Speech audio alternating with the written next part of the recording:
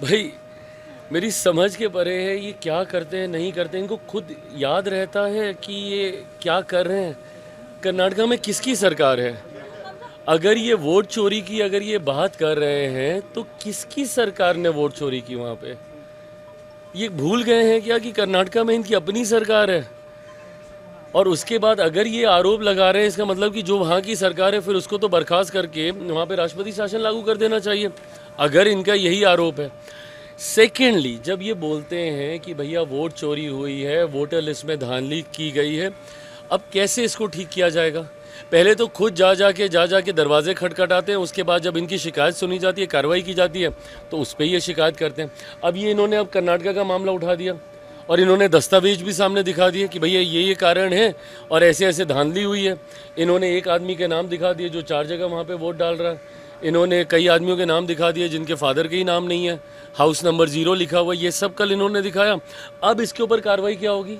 कार्रवाई यही होगी जो SIR बिहार में चल रहा है।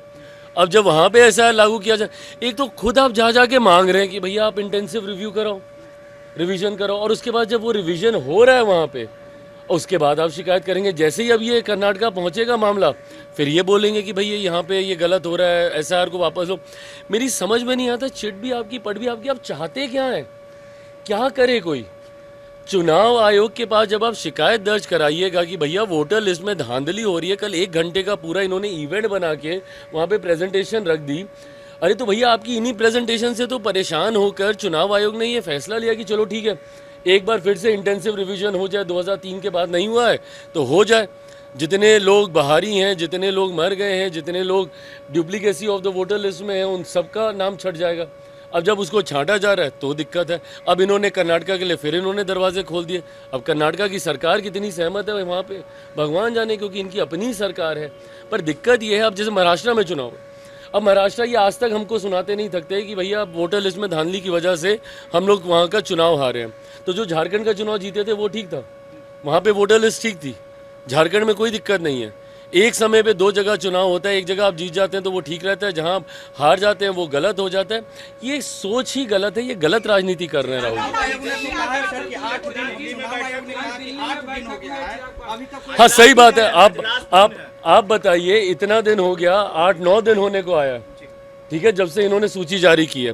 भाई राजनीतिक दल होने के नाते आपकी भी तो जिम्मेदारी बनती है ना कि भैया बता दीजिए, जब आप इतना आरोप लगा रहे हैं, व्यक्तिगत तौर पे जो जा रहा होगा जिसका नाम कटा होगा, और वो तो अब सूची पे उस पर भी आ गया, साइट पे भी आ गया, आप देख लीजिए आपका नाम उसमें है कि नहीं है। और अगर आपका नाम कटा है उसके लिए भी एक अलग से साइट बना दी गई है। आपके पास पर्सनली हैंड डिलीवर हो रहा है वहाँ पे नोटिस, जिनके नाम कटे हैं। तो जिनके कटे हैं वो तो जाहिर है, बट एज अ राजनीतिक दल, क्योंकि राजद और कांग्रेस सबसे ज़्यादा इसको लेके हल्ला मचा रही है, एक आपत्ति अभी जिस वक्त तक हम लोग बात कर रहे हैं, इन लोगों ने एक आपत्ति अभी तक इन्होंने दर्ज नहीं कराई है।